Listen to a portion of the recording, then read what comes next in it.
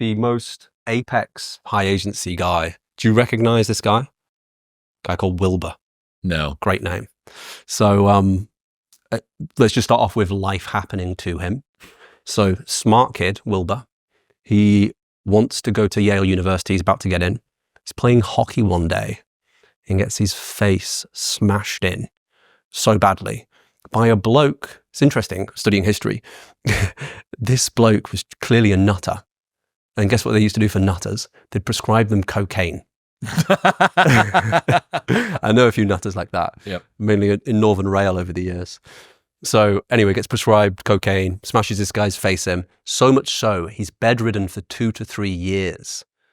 Wow. So Yale University's cancelled. Whilst he's bedridden, his mum is terminally ill. So he's kind of in bed, I imagine caring for her while she's in bed, back and forth. So truly life is happening. Wilbur, this fucking guy, man. This guy sat there in bed, asked the question, why can birds fly, but humans can't? Okay. Why is that? So just sits there in bed, getting book after book. And there's not many books back then about aerodynamics and how things can fly, but he's studying birds.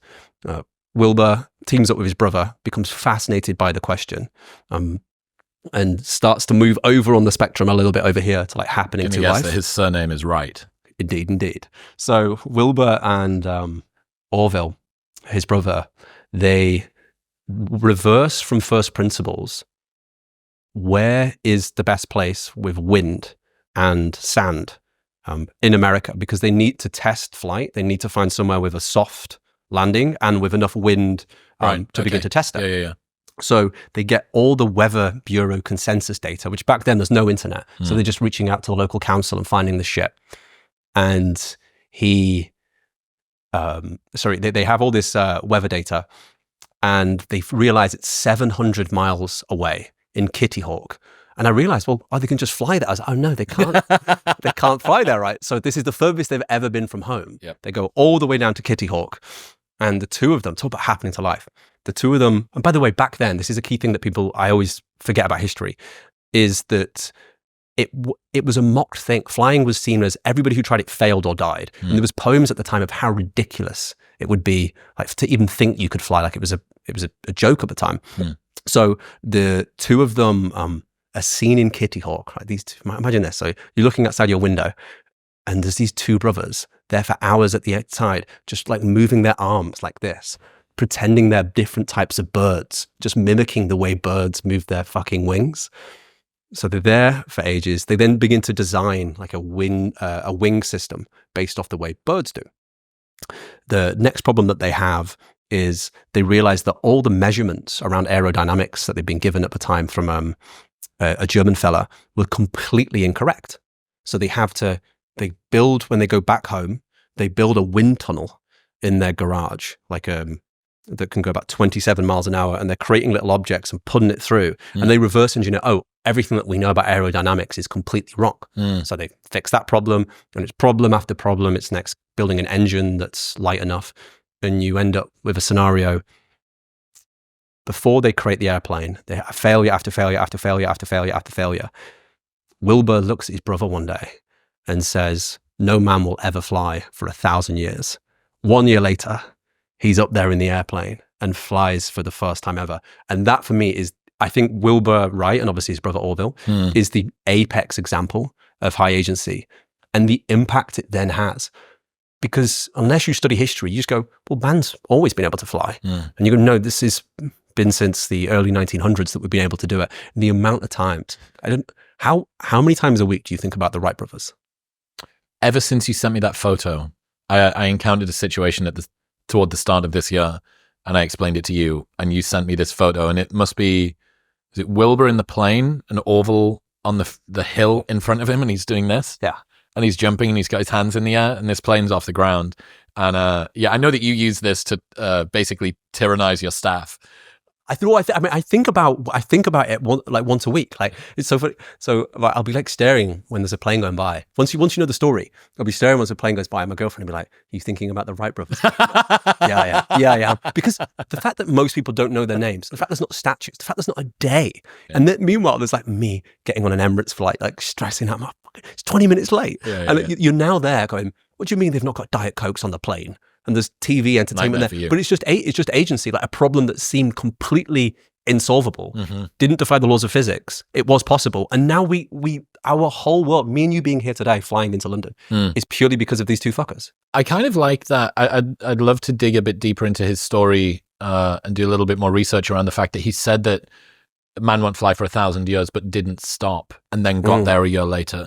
I've been really, really spending a lot of time thinking about not believing that you're worthy of achieving a thing and yet still managing to attain it anyway. This sort of make it until you fake it, basically.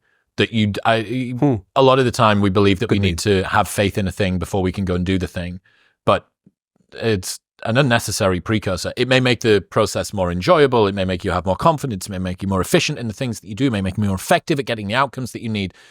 But it's largely an unnecessary step. If we assume that what you're optimizing for is outcomes, not inputs, if you can do the outcomes, regardless of how you got there, whether you believe that you were going to do it or not, whether you thought it would be 1,000 years or whether you thought it would be 6 months, if you do, someone could have been Wilbur, alternate universe, slightly different personality, and been like, we're going to get it done in 3 weeks.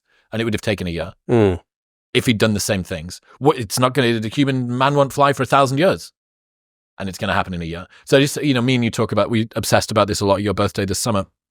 But the more and more that I think about it, optimizing for outcomes, not for inputs, is just, it sides through everything. And oddly, is quite a high agency way to do this, because the true, or another element of high agency would be accepting that you live in an irrational world, and that your psychology is one that is not built to be able to accurately identify how outcomes are going to come from inputs.